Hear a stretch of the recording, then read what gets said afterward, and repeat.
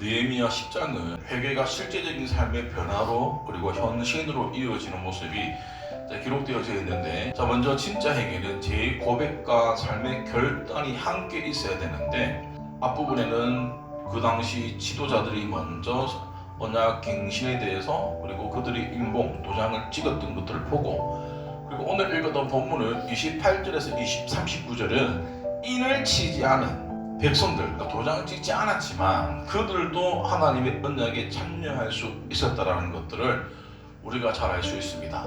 여기서 중요한 게 뭐냐고 하면, 그들은 실제로 인봉을 하지 아니했음에도 불구하고 언약에 동의하고 맹세하고 언약 공동체에 참여했다라는 것들을 우리가 잘 볼 수 있습니다. 어떻게 맹세를 했냐? 30절에 보면 이방인과는 통혼하지 않겠다, 결혼하지 않겠다. 31절 안식일과 거룩한 날에는 상거래를 하지 않겠다. 31절 계속해서 일곱째 해에는 땅을 쉬게 하고 빚이 있으면 면제를 하겠다. 32절에서 33절에 보면 성전 예비를 위해서 내가 세금을 내겠다. 34절 제비를 뽑아 성전에 필요한 나무를 공급하겠다. 35절 첫 열매를 하나님의 집에 가져오겠다. 36절에서 37절은 맏아들과 가축의 첫 난 것을 하나님께 드리겠다. 37절과 38절은 곡식과 과실 11조를 레위 사람들에게 드리겠다. 그리고 39절 성전의 필요를 공급하며 하나님의 집을 버리지 않겠다라는 이 내용이 다 포함되어져 있는데, 이 부분을 좀 나눠서 봅니다. 자, 보세요. 이러한 규례들을 지키겠다라고 맹세를 한 것은 뭡니까? 그전에는 이 맹세를 지키지 아니했다라는 것들을 우리가 알 수가 있습니다. 자, 그들이 초막절을 지키고 하루가 지난 뒤 24일부터 금식하고 회개하면서 드린 기도의 이유이기도 합니다. 왜냐고 하면 초막절 동안에 뭘 하냐? 하루 종일 율법을 낭독해주면 말씀을 계속 듣습니다. 말씀을 하루 종일 듣다 보니까 내가 놓치고 살아왔던 것들이 너무너무 많은 거예요. 그들이 스스로 뭡니까? 자복하고 회개하는 마음으로 다시금 그 언약을 갱신하면서 말씀대로 살겠다, 율법을 제대로 지키겠다라고 결단한 부분이 오늘 좀 길었지만 우리 읽었던 이 본문의 내용이라는 겁니다. 자, 그러면 진정한 회개가 무엇인지 우리가 잘 알 수 있습니다. 보통 회개라고 하면 내가 잘못했던 것들을 자복하는 거예요. 죄를 자복하고 고백하는 것들. 물론 그게 맞죠. 그런데 더 중요한 거는 내가 회개라는 것들은 내가 죄에 대해서 자복을 했는데 여기서 끝나버리면 뭡니까? 고백이 되어지는 거예요. 말만 고백하는 것들은 진정한 회개가 되어지지 않는다라는 거예요. 그래서 반드시 회개는 죄의 고백과 그 뒤에 따라오는 것은 신앙의 결단이 함께 왔을 때 진정한 회개가 되어진다는 것들을 우리가 기억하셔야 됩니다. 죄의 자국만 있고 신앙적인 결단이 없다라고 하면 결국은 뭡니까? 공허한 말밖에 안 되는 거예요. 그래서 세례 요한은 이렇게 얘기하죠. 회개하라 라고 외치고 나서 그 뒤에 어떻게 얘기하냐? 회개에 합당한 열매를 맺으라라고 성경은 기록하고 있습니다. 죄를 돌이켜 합당한 삶의 열매를 맺는 것이 진짜 회개라는 것들을 기억하시기 바랍니다. 자, 하나님의 백성은 자신의 신앙을 지키기 위해서 세상과는 타협을 하지 않아야 되는데, 이스라엘 백성들은 이방인과는 결혼, 혼인을 금하겠다라고 맹세했던 부분이 나옵니다. 자, 이는 지금까지 이러한 일이 뭐다? 있어 왔다라는 거죠. 근데 분명히 하나님은 이스라엘 백성들에게 이렇게 얘기했습니다. 이방인들하고 통혼을 금지하셨습니다. 그 금지하셨던 것들을 그냥 그 말씀이 우리 삶 가운데 희미해져 버리니까 내가 하고 싶은 대로 했구나. 그래서 뭐다 다시금 말씀하신 대로 이방인들과는 결혼을 하지 않겠다라고 뭡니까? 얘기를 하고 있습니다. 자, 그러면 왜 하나님이 이방인들과 결혼을 금하셨을까요? 이방신들을 섬기게 할 가능성이 있다라는 거예요. 자, 보세요. 보통 가정에서 종교 때문에 다툼을 경험하신 분들이 아마 다 한 번쯤은 다 있으실 거라고 생각합니다. 왜냐고 하면 중남자분 두 분은 처음부터 교회에 오신 분이 아니에요. 이방인들이 이방인들 나름대로 신이 있겠죠. 그 신이 있고 또 이스라엘 백성이 믿는 하나님의 신이 있는데 이 두 개가 신이 만나면 뭡니까? 충돌하게 되어져요. 하나님이 왜 이방인과 결혼하지 말라고 했냐고 하면 그 우상이 우리의 마음을 빼앗길까봐 처음부터 금지를 하셨다는 것들을 알 수 있습니다. 왜냐고 하면 하나님은 질투의 하나님이신 거예요. 그래서 볼까요? 제일 마지막에 갑자기 너희를 멸하실 것임이라고 얘기했어요. 뭐다? 갑자기 죽여버린다는 거예요. 왜? 하나님은 우리를 너무너무 사랑하시는데 질투가 너무 많다는 거예요. 그래서 뭡니까?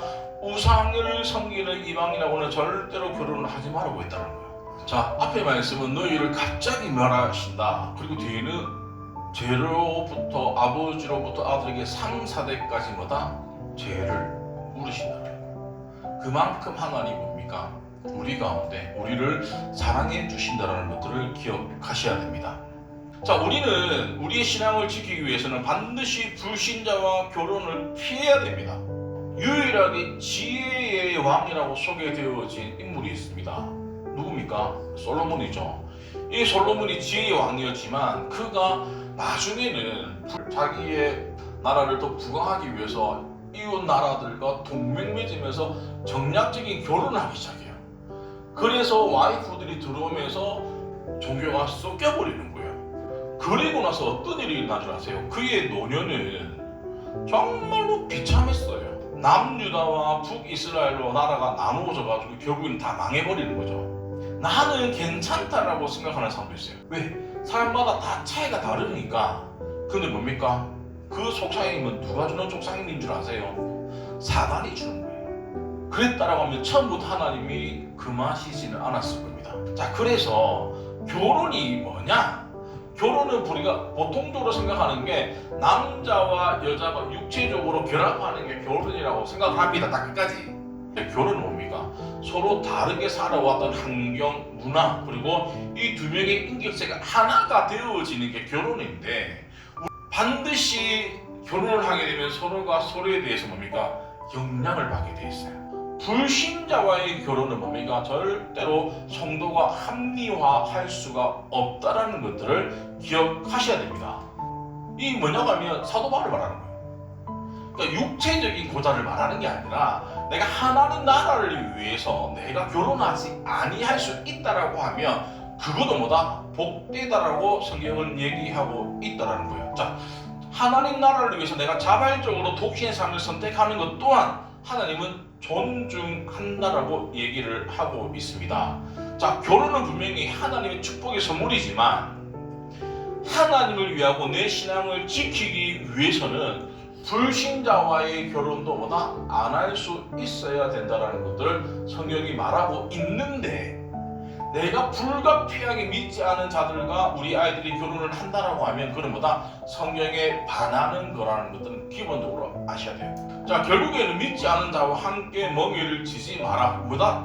결혼하지 말아라고 성경은 얘기를 하고 있습니다. 자, 그러면 성경은 분명히 믿지 않는 자가 결혼하지 말라고 했는데 만약에 우리 아이들이 어떻게 될지 모르잖아요. 이제는 아이들이 머리가 커지면 부모의 말도 안 들을 뿐더러 정말 아이가 사랑하는 사람이라고 한다고 하면 우리가 반대만 할 수는 없어요, 사실. 자, 그래서 뭡니까? 우리는 어릴 때부터 우리 아이들에게 말씀을 제대로 가르쳐 주셔야 됩니다. 자, 첫 번째가 뭐냐고 하면 반대보다 설득이나 가르침으로 어릴 때부터 가르쳐야 돼요. 뭐냐고 하면 너가 누구를 만나든 결혼을 하든 신앙이 없으면 안 된다라고 얘기를 하면 안 됩니다. 명령적으로 얘기하다 보면 어릴 때는 봤는데 사춘기가 오고 막 그럴 때였으면 그 부모의 그런 강한 어투가 그게 설령 맞는 말이라 할지라도 튕겨낸다라는 거예요. 자, 중요한 게 뭐냐? 결혼에 대해서 얘기를 해줘야 되는 거예요. 결혼의 본질이 무엇인지 각기 남자 여자가 좋아서 한 게 있고 싶어서 결혼하는 게 아니라 결혼은 단순히 두 사람의 사랑을 뛰어넘어서 가치관, 삶의 목적, 자녀의 양육 방식에까지 영향을 끼치는 게 결혼이다라고 얘기를 하면서 실질적인 얘기를 해야 됩니다. 두 번째, 이제 아이가 만약에 결혼을 할 사람 데리고 왔는데 믿지 않아. 그러면 우리가 반대만 하기보다는 이 모든 것들이 하나님의 주권 아래 있음을 믿고 그들에게 기도를 해줘야 되는 거예요. 믿지 않는 자가 하나님을 믿을 수 있도록 건면하고 기도해 줘야 되는데, 보통은 막 불이 타오르면 빨리 일어나고 싶어 하잖아요. 그때는 시간을 늘려야 됩니다. 대기하는 시간을 한 반년 정도, 1년 정도 지켜보자라고 하고 나서 그때부터 이제 신앙을 주입하는 거예요. 또 하나, 그럼에도 불구하고 우리 아이가 뜻을 굽히지 않는다고 하면 조건을 걸어야 됩니다. 기독교 안에서의 이탈하지 않을 수 있도록 안전장치를 걸어주는 것도 너무너무 중요하다는 것들을 기억하셔야 됩니다.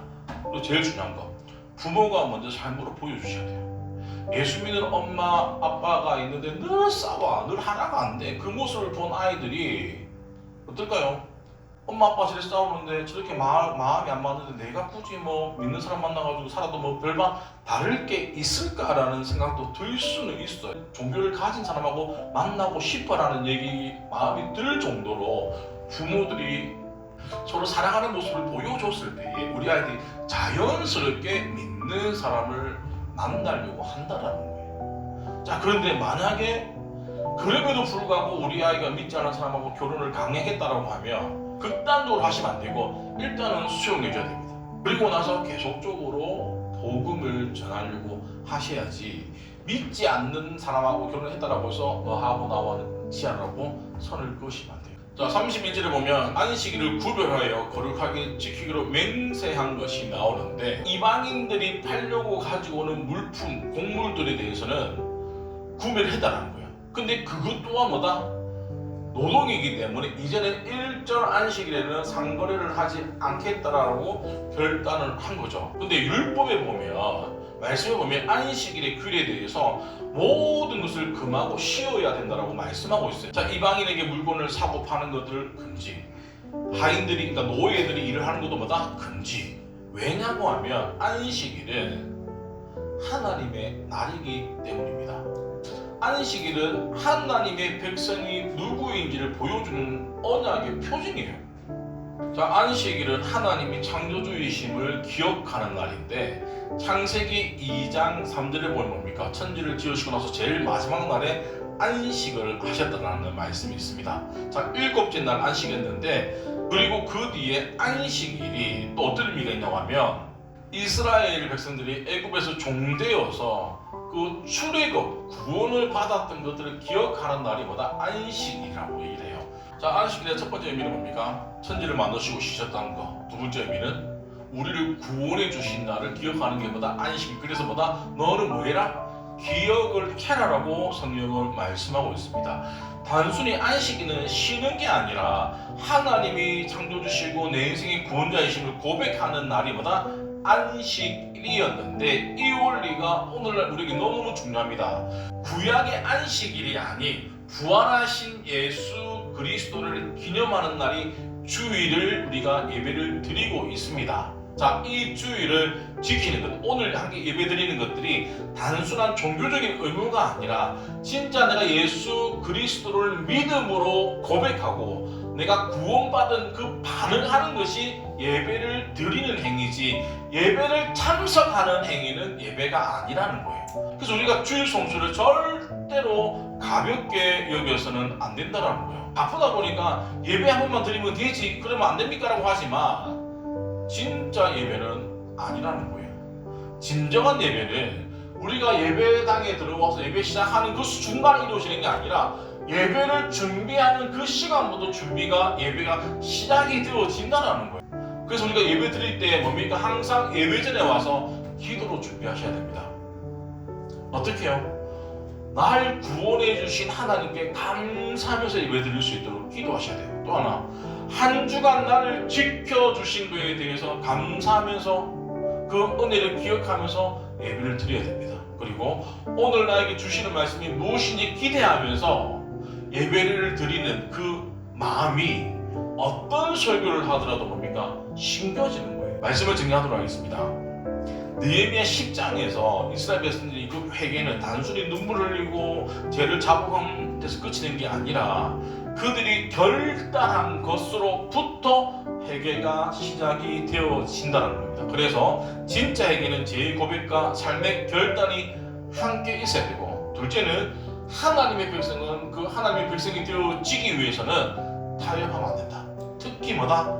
믿지 않는 자들과의 그 교훈에 대해서는 우리가 철저하게 뭡니까? 말씀 중심으로 돌아가셔야 됩니다. 그리고 마지막, 주일은 거룩하게 구별하게 지켜서 하나님만을 예배하는 저와 우리 성도님 되시기를 간절히 축원드립니다.